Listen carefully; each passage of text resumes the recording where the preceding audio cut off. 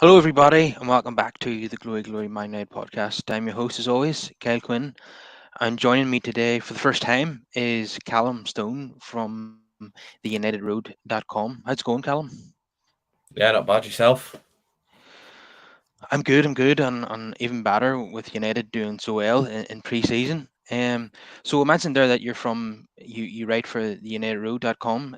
Can you tell us a little bit about that? It's just it's my website. It's just a little blog that I do. Try and write a little bit about it and just try and keep it light-hearted and entertain people. I don't write with it all the time. It's kind of just if and when I'm free, to be honest. And yeah, just as a little hobby, really. So if anyone wants to check it out, feel free. There's loads of stuff on there. The website was updated a few months ago as well, so there's plenty of stuff that's on there. A lot of moaning about the Glazers and stuff like that. So, but yeah, feel free to check that out. UnitedRoad.com. It's just a blog site that I created a few years ago, and just write on it as a little hobby. Yeah, go ahead and check that out, everybody. Moaning about the Glazers is always welcome among the fan base. Right, You also, definitely. yeah, you also do some work for Stratford Paddock, is that right? Yeah, well, I know a couple of lads on there, so they ask me on every now and then. Yeah, it's good fun going on there. To be fair, all the lads that are involved with it are all great lads. Are all over in America at the moment, doing a lot of content for the pre-season tour at the moment. So check that out as well. But yeah, it's always good fun going on that channel. It's a good laugh with the lads. Yeah, I've been watching some of their videos and have to say I'm very, very jealous of them being Yeah, in. I definitely am. Well, I was on the other day. I was on the other day with Joe McGrath, and then he was heading out there the day after we did the watch along against I think it was Leon. So he's over there now as well. But yeah, I am jealous of them very, very much so. Yeah, they've been putting up sightseeing videos of New York and San Diego and all as well. So go ahead and check that out. Okay. On the agenda today, also we talk a little bit about the takeaways from the Arsenal game, including Kobe Manu and Jadon Sancho. Obviously, we'll take a look at the Hodgland situation again, and then talk about the departures of like Alanga and Teles, and then some surprising news that is with Jonny Evans coming back to the club, albeit maybe on a temporary basis. And then we'll discuss Kane and Mbappe, even though one of them arriving at United is probably unlikely, but we'll talk about it anyway. And then Bruno becoming the new captain, obviously, and what maybe at the end we'll talk about the new kit, which has caused quite the debate. So I watched the United win over Arsenal, which was quite comfortable, really, in the end, which was quite surprising. United were very defensively solid. Um, there was £100 million midfielder on display for Arsenal, but really the only player who looked like £100 million midfielder was Kobe Menu on the day. Trying not to get carried away because it's only pre-season, but I'm very impressed with the young lad. Um, Jadon Sancho has been operating as a false nine in pre-season, and according to Laurie Whitwell of the Athletic, the trial of Sancho at false nine is a genuine attempt by Eric Ten Hag to see if he could perform the role on a regular basis this season. Ten Hag has been encouraged by what he has seen. Yeah, well, he pounced on the mistake from Gabriel very well and was a very good breakaway and a ruthless finish. And Bruno's goal came from a mistake by the goalkeeper Ramsdale. So apart from Anthony Dos Santos, as usual, whose finishing is a bit wayward, United were clinical against Arsenal.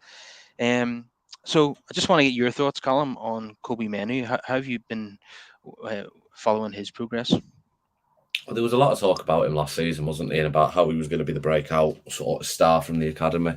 I mean, to be honest, there was quite a few that have left it. Zidane Iqbal and Charlie Savage, just to name a couple who I actually thought were probably good enough to come into the first team. So I was surprised to see them leave. But obviously Ten Hag has some kind of plan for Mainu, and I know there's a lot of talk about him possibly going out on loan, and United have just gave everybody a no straight away. So I think there's quite a big plan for him to come into the first team squad at least, because he can operate more in the 6 and the 8 positions as well. So it'd be good cover there. Obviously, we've been in a lot of competitions again this season as well. He'll definitely get some minutes. I do try to take pre-season with a pinch of salt, mate.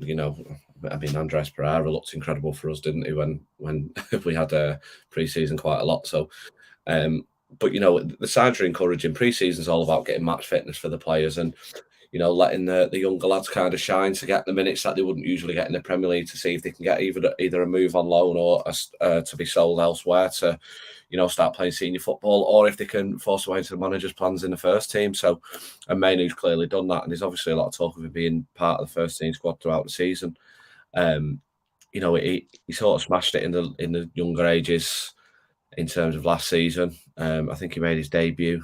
I can't quite remember who it was against now, but he's already made his debut, I believe, in the Premier League. So I think we'll be seeing a hell of a lot more. I think he's only 18 as well, so it's really promising to see that United's academy are still and forever have done, but producing top talents that other teams are quite jealous of. It's something that United have always done so well.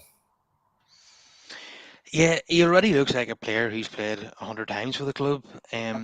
His passing is excellent, but not only that, how good he is in tight areas has really impressed me.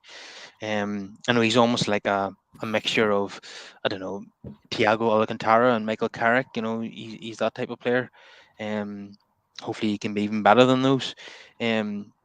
So what I wanted to ask you was, we've been linked with the Fiorentina midfielder Amrabat.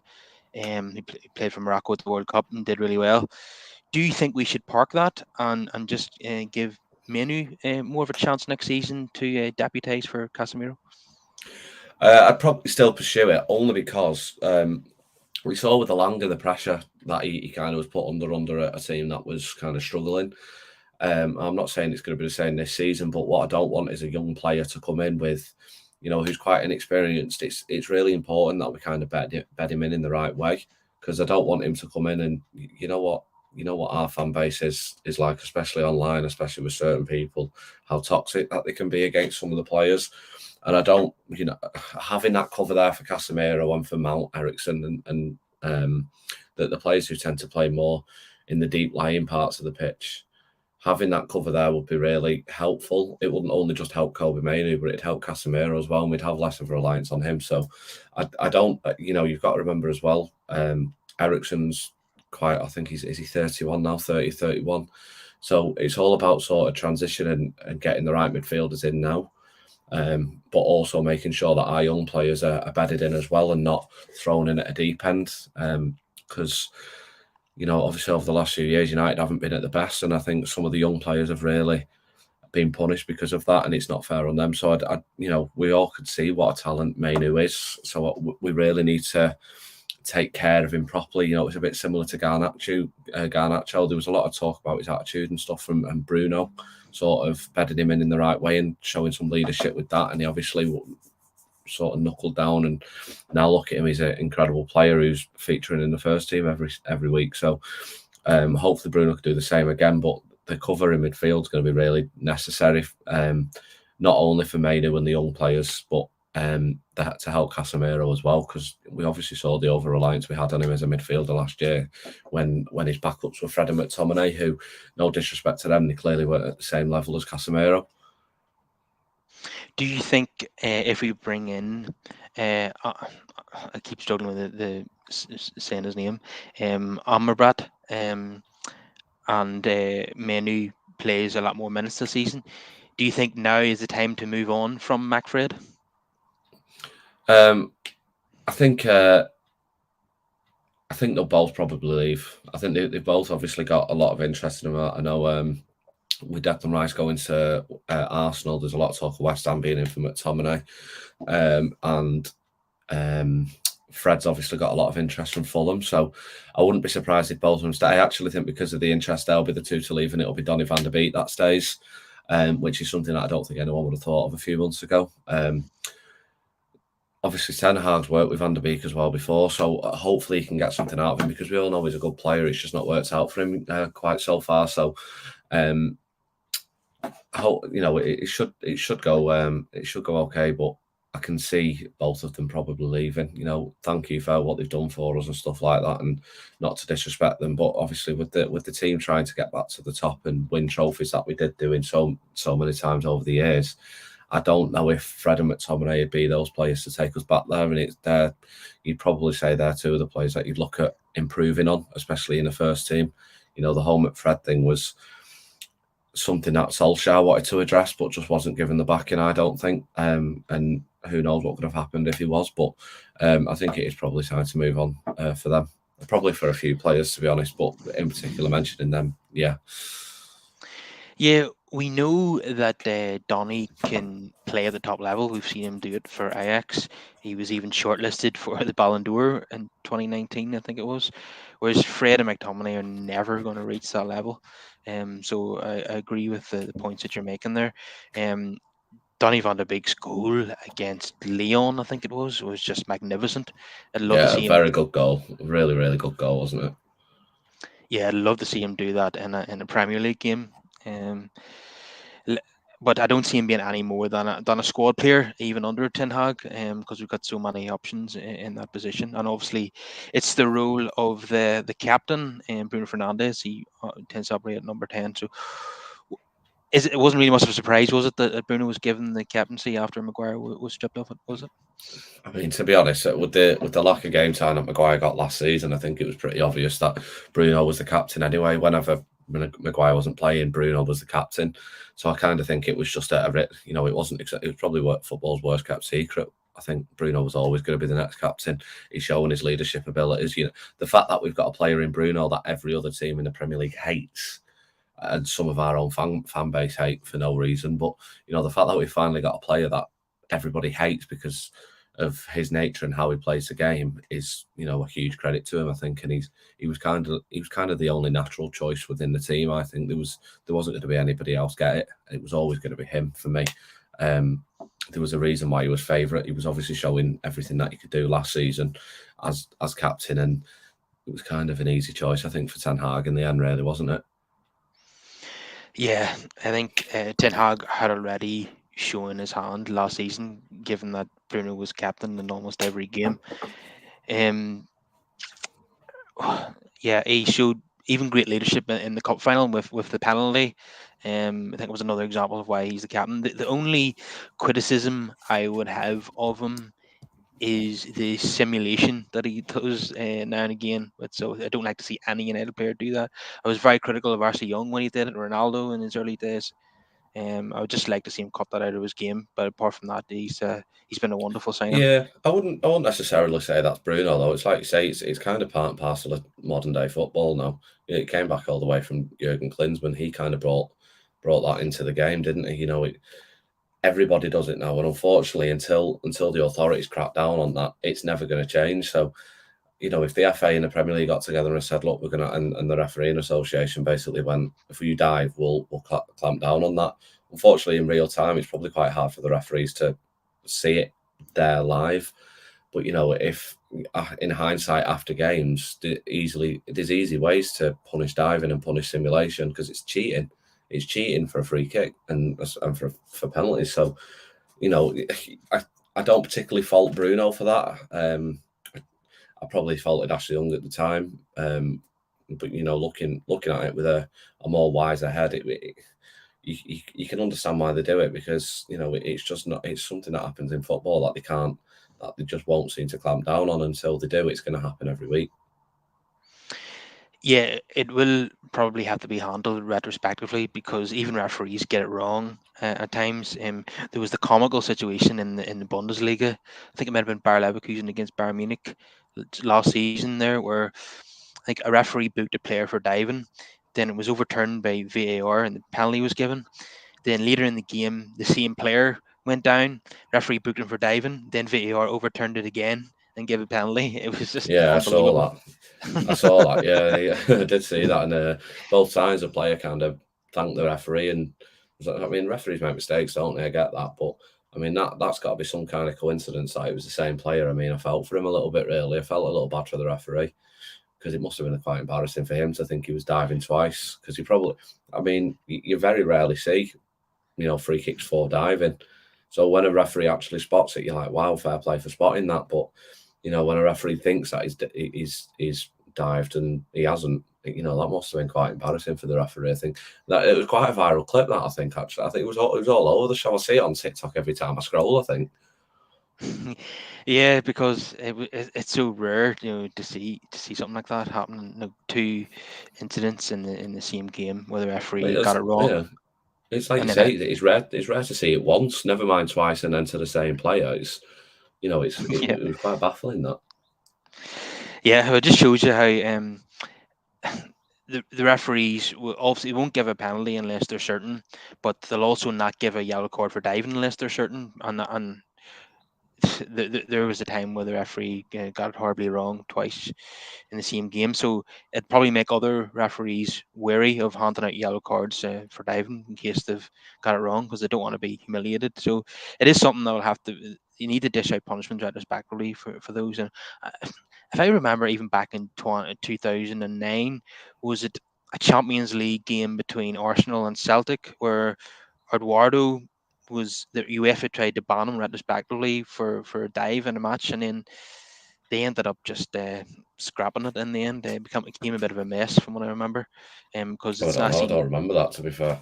I mean, if it was, and they've retrospectively tried to ban him or punish him in some kind of way. There was obviously some kind of appeal that stopped it, but that was probably because there was no precedent set from previous times of it happening. So there needs to be a fixed rule in place for something like that to stop. But whether that comes in, I have no idea. Yeah, because I don't think it was even in the rules to give 3 match That's probably bans for why they diving. got it overturned. Then yeah, that'll be why it was overturned. Then I imagine. Yeah, and I think they need to make it a rule, and at least a match suspension for a dive in the penalty area. Okay, moving on to just I just want to touch on what I was talking about earlier. Sancho playing as a false nine in pre-season. Obviously, we don't want to take pre-season too seriously, like you say. Andres Pereira, the pre-season Perlo, is a prime example of why we don't want to read too much into these games. But what's your feelings on Sancho playing as a false nine? Are you enthusiastic about that, or is it just something that's just never going to happen? I think Ten Hag seems to quite like him, especially you saw with the support he gave him last season. He does seem to quite like him, but we are starting to get quite stacked in terms of the wings. Obviously, we've got Rashford, Garnacho, Ahmad, Anthony, and Sancho. Obviously, there's only two positions though, the right side and the left side. And I think with the talk of Højlund coming in, we do need that sort of backup in the middle. So I do wonder if he's trying to just add a bit of fluidity to his game and just say, look, we need you to be a bit more versatile across the front three, because we know we can play right and left, but I've never really known. I mean, forgive me if I'm wrong, but I've never really known how much he plays in the middle.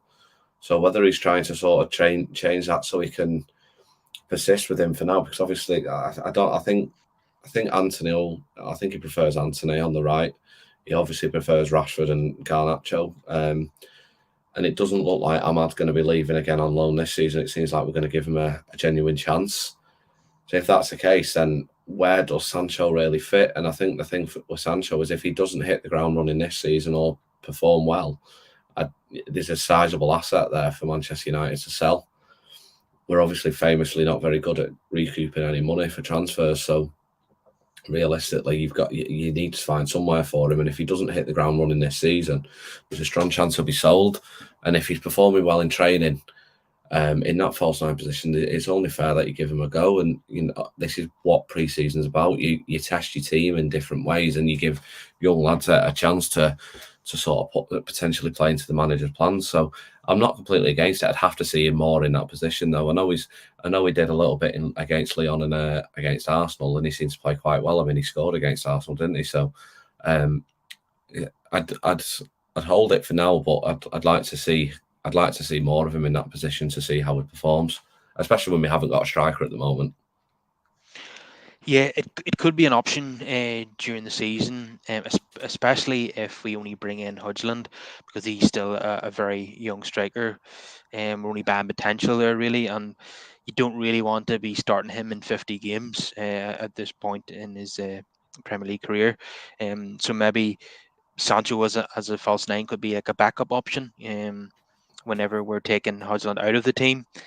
Um, Yeah, so far so good in pre-season with that, but like I say, we can't read too much into it. If we see him play this role against Wolves and he does really well, then I'll be more excited about it. Yeah, so I think Sancho will have to find a role down the middle, whether it be number 10 or number 9, because like you say, we're stacked on the wings and he doesn't really have great pace. He's not going past players as much as he used to at Dortmund. And most of his goals tend to come down the middle, so that might be where his future lies at United next season. So moving on to a couple of departures, and we want to see more and more of these. I'm sure you'd agree. So Tellez has now left the club permanently to go to a Saudi Arabian club, and Elanga. United have accepted a £15 million offer from Nottingham Forest, and that seems to be on the verge of completion. So, what's your thoughts on those then, Callum? Tellez was a strange one, really. I mean, I'm kind of glad Saudi Arabia came in for him because I don't think he was great in the Premier League for Man United, really, was he? So I didn't really see him much at Sevilla, to be honest. I can't really comment on how he was over in Spain, but I know he wasn't brilliant for Man United when we signed him. He was definitely signed as a backup for sure, wasn't he, really? And then Rangnick played him first team, and he was, I mean, he just wasn't very good for us, was he? It's simple as that. So the fact that we've managed to get some money into the club and a sizable wage off the bill is always good in my eyes. Hopefully he does well over there. Be playing with Ronaldo again as well. I'm sure he'll earn a very good living as well. Obviously, they're flashing money as much as they've got it over there. So I'm sure he'll do well. Good luck to him and all that. But it was obviously the right thing to do, right time to move on. With Elanga, it's really hard, really, because he is an international and he's got 50. I think he's got about 50 plus Premier League games under his belt. So if you were to say that, and he plays for Man United, he plays for Sweden on a regular basis. So if you were to say that's for someone, you'd think that you'd be getting a lot more than 15 million. But the guy hasn't scored a Premier League goal for a year and a half. So it's quite a weird one. 50 million seems cheap, but it's probably in contrast, it's probably about right, really, because I couldn't really see us getting much more. There's definitely more outgoings needed, but the fact that we've managed to get some, I mean, bringing 20 million quid, it's not great, is it? But there's no doubt about that. We need to bring some money into the club, and especially with the current ownership situation, whatever we can bring into the club financially at the moment will help any kind of summer incomings. Because obviously we mentioned before about Amrabat, but the next priority has to be a striker. I mean, I said all along that the goalkeeper has to be the number one priority for me. Now that's sorted, it's definitely we need to go hell for leather for getting this striker in. Højlund will be a good signing, I think, but in terms of bringing in who we need to get more outgoing. So 50 million quid for Elanga's okay business, I think. I'd have preferred a little bit more for Tellez, but we needed him off the wage bill because he wouldn't have played at all.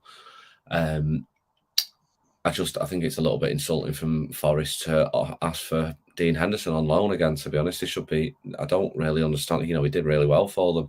Did really well when he was on loan at Sheffield United as well. So they should be putting a sizable fee down for him that we should easily be getting 30-40 million for him, I think. But again, wages that were offered to him has halted how much we can get for these players because of complete mismanagement from Ed Woodward. Yeah, absolutely. Forest are really pushing their luck there. Offering 15 million for Elanga and then looking to take Henderson back on loan when he was one of the assets that we were hoping to get 20 to 30 million for. I think we need to make a 30 million pound deal this summer if we're going to bring in Højlund and Amrabat, be it McTominay, Maguire, or Henderson. I think we need to make a big sale like that. That gets us 30 million pounds. Yeah, well, that's what I mean. He is one of the assets, isn't he? It's probably similar to Martial, really, how we thought we'd get a decent amount of money for him. But Henderson's definitely one of the assets within the squad where we can get probably 30 plus million. So now we signed Onana, it's definitely obvious he's not going to be here this season. So Henderson, it's a shame it didn't work out because I actually thought he would have been replacing De Gea 18 months ago. The fact that he obviously hasn't, for whatever reason, is a bit of a shame. But obviously Onana's come in, so the fact that we should be able to get a decent fee for him, like Chelsea wanted him a few. Like I don't understand why Tottenham aren't in for him considering Hugo Lloris is going. So big teams out there are after him, surely, and the money that we could get from these teams is a good amount, because we need to be we need to be bringing in as much as possible this summer to be able to fund any signings. So hopefully that deal gets done as soon as possible. Do you think that we'll get, how much money do you think we'll get from Maguire if indeed he goes at all? Again, this is another thing, because of his wages, it kind of limits how much we can get for in a transfer fee. I think United would do well to get 40 million. 40 million is what he's worth. I don't think we'll get that, though. I think we'll probably get 30 million. And that's if anyone's interested in him. Because the thing is with Maguire is I don't particularly... I think it's probably best for all parties that he moves on. But I half understand Maguire's mindset that he doesn't want to give up on his United career because he's at Manchester United. You want to be able to say that you've done your utmost to be able to succeed at one of the biggest clubs in the world. So if he doesn't leave, you can understand it, but you've also got to look at it from his England career point of view as well. Like, it looks like he's probably fourth or fifth choice as Man United centre-back. With Levi Colwill having such a good season at Brighton and it looking like he's going to be a first-choice defender at Chelsea, he will probably take Maguire's spot in the England team, and Maguire's going to have to be wary of that. So surely for the betterment of his England career solely, Maguire should understand that he should probably leave. Look, I understand why he wants to stay at United. You wouldn't want to leave United, of course, if you've got some kind of chance of being successful here, but it's probably for the betterment of everybody. If we get an okay fee for him, we get him off the wage bill. Ten Hag doesn't clearly fancy him too much, and Maguire can go and prolong his career elsewhere. I just think it's probably for the best. Yeah, if Maguire has another season like last, where he hardly plays, think prior to Martinez's injury, he only started 5 Premier League games. If he has another repeat of that season, and the young lad you mentioned there, Levi Colwill, has a great season at Chelsea, then he's out of the England team for the Euros. So he cannot afford to take that. Yeah, that's another thing he needs to be wary of, though. It's not just it's not like a summer where there's no football. It's the Euros. His last Euros that he was involved with, he helped get us to a final. So surely he's going to have that in the back of his mind. So if he can, like the likes, I think Maguire would be good at Tottenham, West Ham. He's good enough to play for a decent Premier League team. I just think United need to be looking a bit more if we want to get back to where we were. I don't think the captaincy helped him, and unfortunately, Maguire's been judged against a price tag that just wasn't a price tag that was suited to the value of him. He's never an £80 million player, and then when you add the captaincy on top of that as well, I think he's just been really unlucky in terms of the decision. He was part of a string of decisions that weren't right for him, but weren't right for the club either. And the person that seems to have suffered the most from that is probably Maguire. So for the betterment of his football career and his England career, I think if a team like Tottenham are after him, because I know Tottenham are after a centre-back at the moment, I think they could do a lot worse than Maguire, to be honest. Yeah, I think he was totally mismanaged by Solskjaer, but also now he's completely lost his confidence. When he plays now, he's become a figure of ridicule. And any mistake he makes is magnified. Where that was not the player that we saw when he first came to the club. I actually quite liked him in his first season at United, but now, you can't rely upon him at all. I mean, he was a total disaster in that Sevilla away game. Him and the goalkeeper.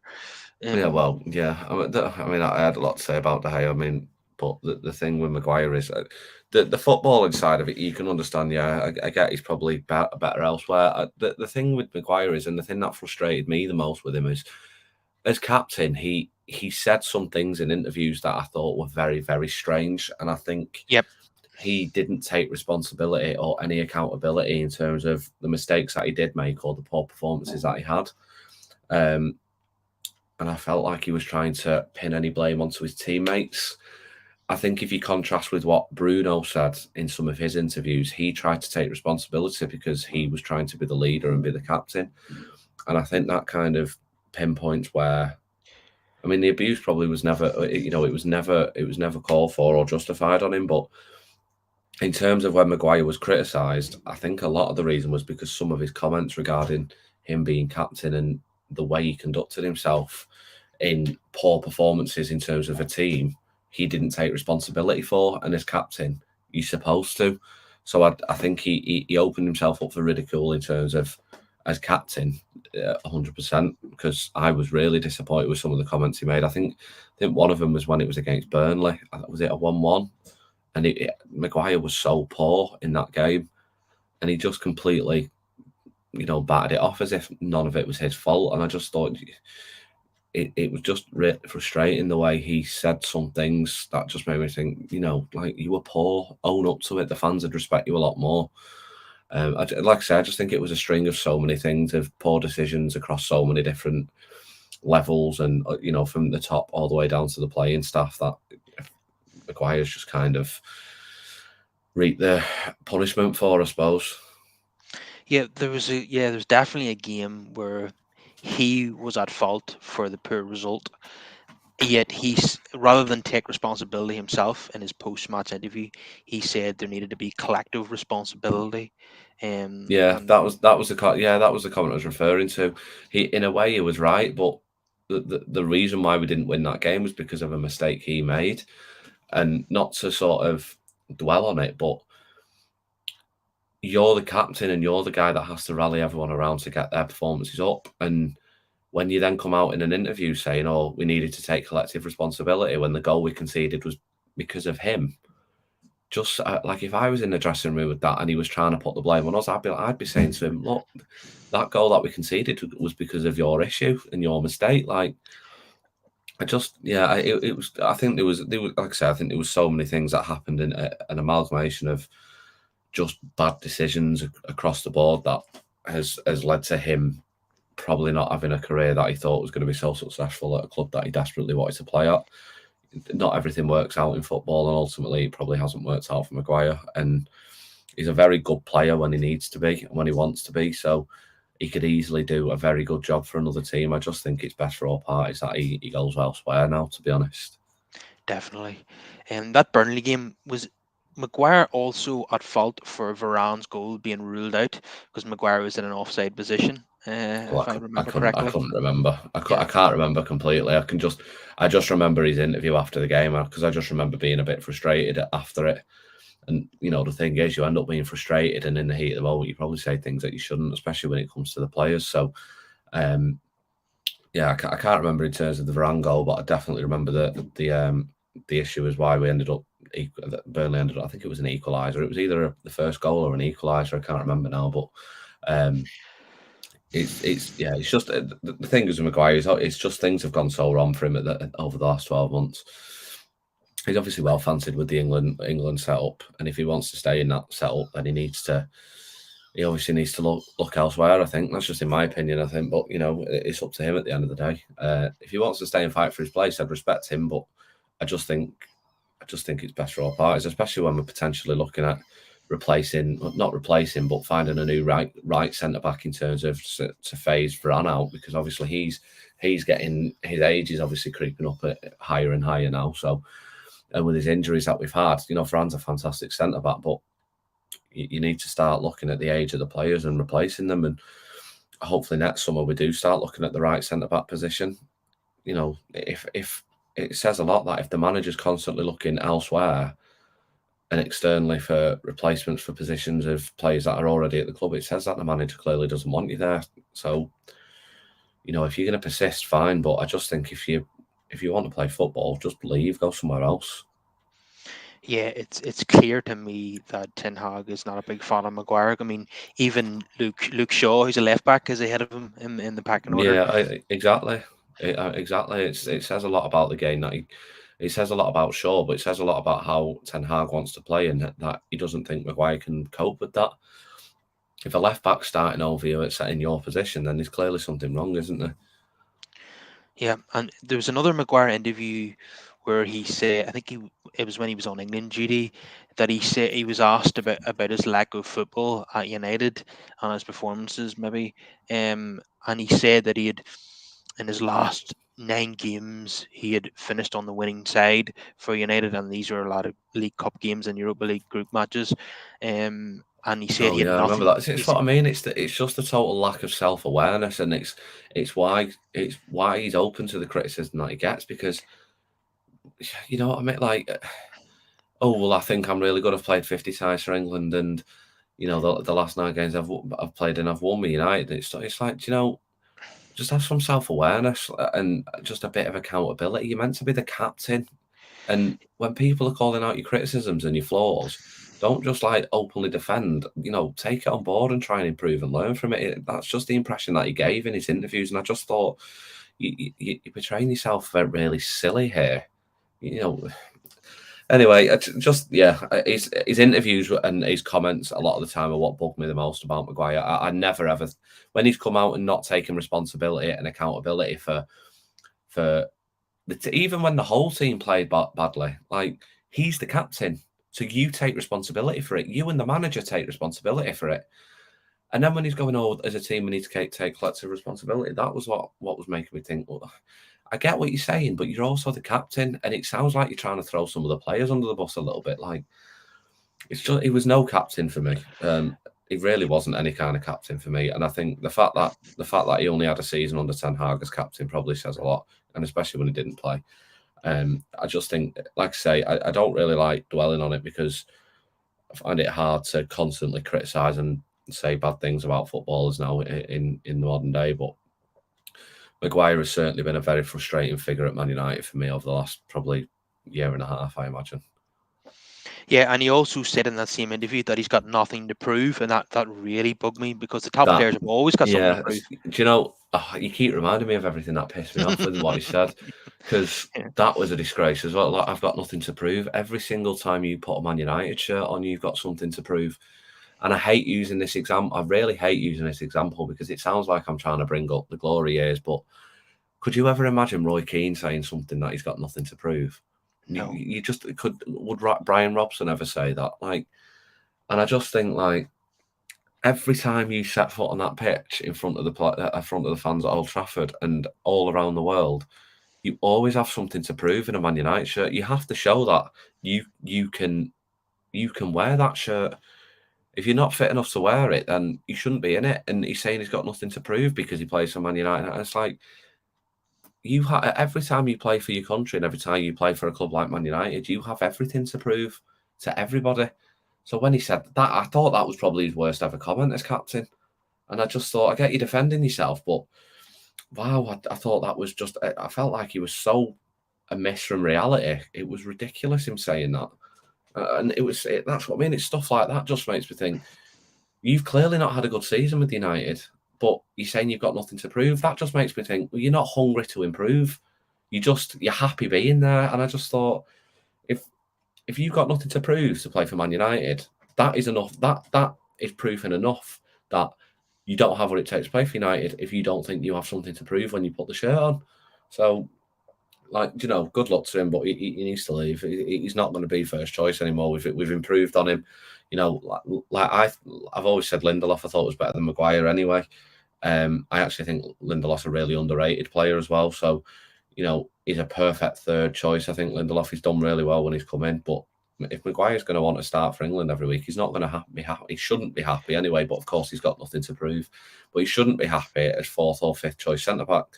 And if he thinks he's got nothing to prove, then he can sit there and be fourth or fifth centre-back. But if he actually wants to play for England and have a successful Premier League career, then he needs to leave, doesn't he? Yeah, he comes across as arrogant and delusional, doesn't he? And that's not a good thing when you're Manchester United captain. I wouldn't even say arrogant. I'd just say maybe just a little delusional, to be honest. In those, I mean, I'm not saying he's like that in every interview, and I don't know him personally, so I couldn't comment completely. But in those particular, in those interviews that I've seen, I just thought he came across a bit out of touch with the fan base when he's coming out saying he's got nothing to prove. And he's opened himself up for criticism there. If people start abusing him and sending things to his family home like I read last year, then that's obviously completely out of order. But ultimately, if you're going to play for a club like Man United, you need to expect scrutiny and accountability. And it seemed like he was never willing to accept any accountability for any issues or mistakes that happened. And when you're the captain, that's an even bigger flaw. Yeah, absolutely. This seemed to be another nail in the coffin for Maguire. the arrival of Jonny Evans at Manchester United. Now, initially we were told that he was training with the club to improve his fitness. Then he was given a short-term deal. He played in the game against Leon, and he's going to play in the game against Wrexham coming up tomorrow, in San Diego. He's 35 now. Like, he won everything with United, I think, apart from the FA Cup. He won the league 3 times, the Champions League, the League Cup a I couple of don't times. think he did. He was he not on loan the season of the Champions League? I'm sure he was. So I don't think he did win the Champions League. But I don't. It was the Champions League and the FA Cup he didn't win. I don't think. I was just looking at his list of honours earlier, and he was down as a Champions League winner. But Oh really? I All think, right. Okay. Maybe I must but be wrong. but yeah, I think you could be right that he was playing on loan at Sunderland potentially that season with Roy Keane. Yeah, that's who I thought Um, it was. well, anyway, yeah, he certainly has a number of medals at United. He was in the first team really from about 2008 to 2015. He had nearly 200 appearances and I think 7 goals. I think he was let go prematurely by Van Gaal, in my opinion. Certainly, he should have Yeah, I'd stayed. agree. 100% agree. I think Jones and Smalling certainly should have went.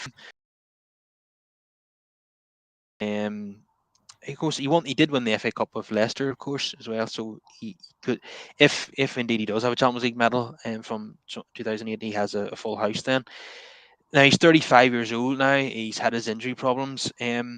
Would you consider having him as a fifth choice centre back, or do you think that's just ridiculous? Well, before when I said about how United are looking at a potential right centre back, well, or should be looking for a right centre back next summer, because they can spend a more sizable part of the budget on it. If you were to sell Maguire, I don't see any issue with Evans being a stopgap for a season as fourth or fifth centre back. It'll, because he won't be on as much wages either, so it'd clear a big amount of the wage bill. We'd get a decent fee for Maguire. Evans could come in and cover that position of what Maguire was, and it'd save us money in the long term in terms of next summer, and it'd allow us to focus our targets this summer and then move on to next summer with the right centre back. So I don't think it's silly at all. I think bringing Evans in for a season, I mean, to be fair, he's still a Premier League centre back, and he could definitely do a job for probably a quarter of the teams in the Premier League. So I think if nobody does come in, I'd be surprised, but I'd definitely consider giving him a year. Only if Maguire leaves, though. I think if Maguire does stay, he'll most likely be. He'll most likely go to like a Luton or a Forest or someone, like a decent team like that. But he's definitely capable of being fourth or fifth centre back for United. I wouldn't have any qualms with that. Save the budget this summer and go and get a right centre back next summer, because we'd be able to spend more on that position. How humiliating would it be if Maguire stayed, Jonny Evans was given a contract? I know both those things are unlikely to happen, but if in that scenario, and then it comes to a game where Ten Hag is rotating and he starts Evans and leaves Maguire on the bench, that would be the ultimate humiliation for Maguire. But anyway, let's move on. It'd be a clear message from Ten Hag, wouldn't it? And if Maguire was still refusing to leave, then it'd probably show you where his ambitions lay, I guess. But how many messages does he need from the manager? Yeah, exactly. So Højlund obviously seems to be a prime target. Fabrizio Romano says we're going to be bidding this week.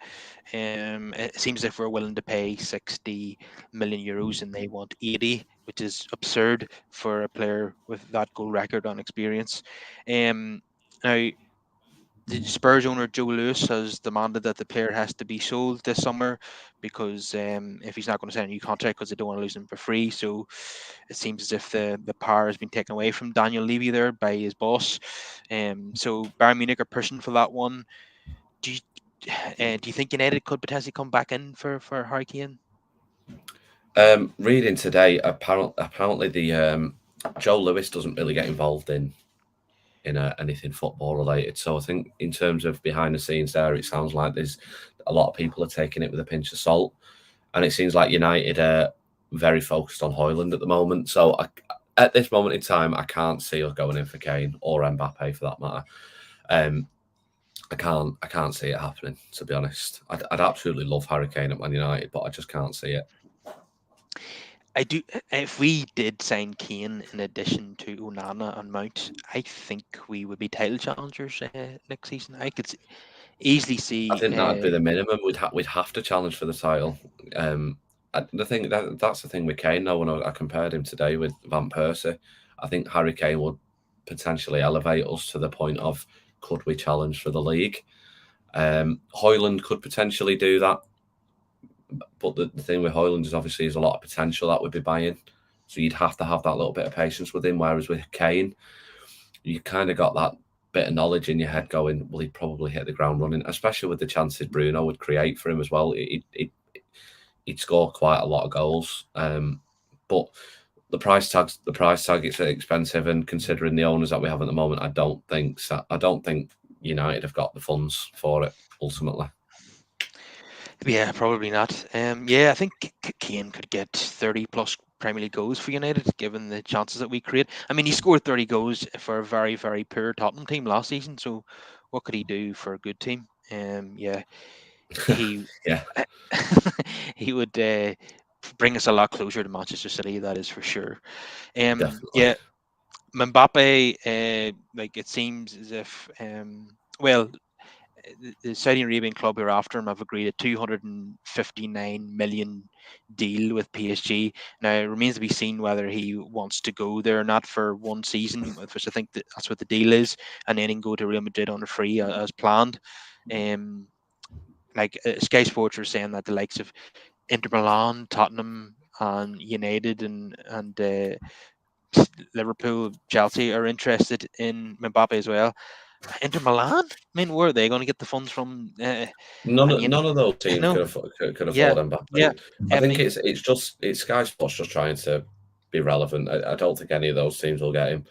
Do you know what I do have an issue with Saudi Arabia as a country in terms of the politics and the human rights issues that are obviously over there, and the sports washing that they're trying to do with the players that are coming over. However, from a purely footballing standpoint, Kylian Mbappe would be bleeding stupid not to go. I mean, if you like, it's a win-win situation for him, PSG and Real Madrid. He'd play, he'd still be playing football. He'd kind of be the face of this new project that Saudi Arabia are clearly doing. He'd earn mega money. PSG would make a profit on him, and he'd still go to the club he wants to go in 12 months' time. It's kind of a win-win situation for everybody involved. Yeah, he'd be playing at a much lesser level, but there's no doubt with the players that are going over there, the level's clearly improved in Saudi Arabia in terms of the players that are over there. It'd be absolutely stupid to not go. I mean, I'm not being funny, but I wonder if my morals would walk out the window if I was getting £700 million a season, to be honest. So I think it'd be stupid not to go. I mean, depending on how he politically feels, of course, but I think it'd be crazy to turn down that kind of money. That'd change his life. I know he's already insanely rich, but my God, it would change his life. That it'd change anybody's life. I'm surprised because he's not going to, considering he's on a free and he clearly wants to go to Real Madrid. Yeah, he's on a free in 12 months. No one's going to pay £200 million for him this summer. Real Madrid won't even do that. They're willing to persevere with Joselu for 12 months and get Mbappe next season. So I think it'd be stupid not to do it for the 12 months, earn a load of money and then come back to Europe. But I don't know. It's up to him, innit? yeah, I think he's going to end up being the first billionaire footballer. I think, yeah, PSG would get lots of money. Saudi Arabia would get him for a year to promote their league, and then Real Madrid would get him on a free. So, like I say, it's a win-win for everybody in that situation. Apart from us, obviously, because we're not going to get him, which would be obviously amazing if we got a player of that quality. But the sums are just they're telephone numbers, really.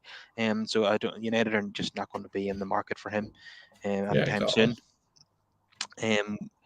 The only way we'd be in the market for him is if we got the Qatari ownership ourselves. But I mean, but that's a whole different topic. I mean, even that, I don't even think we'd be able to afford him. I don't even think we'd be able to afford Kane with new owners, to be honest. But that's I mean that's a whole show in itself, to be honest. Speaking about the Yeah, Glazers, yeah, it definitely is. I'm sure you talk about it a lot, and I've talked about it a lot, and people are probably a bit bored of it now because there's no news or anything at the moment. But it seems as if they're going to be sticking around for at least another few months, at least, possibly longer, unfortunately. But just finally, I just want to discuss the bizarre new away kit. Now it seems to have grown on some people. I know yourself, you're not impressed by the fact that it cost £80, and it's the fan well, version is I very mean very different to the player version. yeah, the fan version's £80 over here, and the player version I think is 120. The £80 one, which is still ridiculously priced in itself, looks like the sponsor looks like a sticker. It doesn't even look remotely like how what the players will be wearing. So I think it's frigging cheeky of both the club and Adidas to be charging that. And I know it's modern football in terms of the current tops that all the teams wear, but I think it's an absolute disgrace that modern football has got to the point where we're now charging £80 for football shirts that aren't even what the players wear. They should just sell what the players wear. And certainly not for £110. And I'd also like to say it probably has grown on a few people, mainly because they saw Sandro Martinez wear it. But I think it's probably one of the worst United kits I've ever seen, to be honest. Yeah, a lot of people have said that, and some people are. Like I say, it's growing on them. I'm not sure where I am at the moment. I don't think I'm going to buy it. I do have to say though that the leaked third kit that looks far better to me. That is something that I would consider I buying. really like that. The white one. A lot of people are saying it looks very like Liverpool's, but I think it looks brilliant. Yeah, it does. Yeah, I would. Yeah, if I was going to fork out the money, it would be that one. I think. Um, Definitely. and the home one, I really like that one. It's been. I don't like all the home ones. Haven't liked the home kits in recent seasons, but that one, the one this season, I like it very much. So, but I mean, 80, £90 now for tops is just absolutely ridiculous. And there's no way that I would ever consider buying all three. It would have to be one out of the three, really. Unless you obviously, like lots of people do, they get their tops on the black market. It's obviously only about No half the comment. price. So anyway, it's been an absolute pleasure having you on the show, Callum. Yeah, thanks for having me on. If everyone could please subscribe to the channel, drop us a like on the video, and get some comments in down below. And I will see everyone again next week.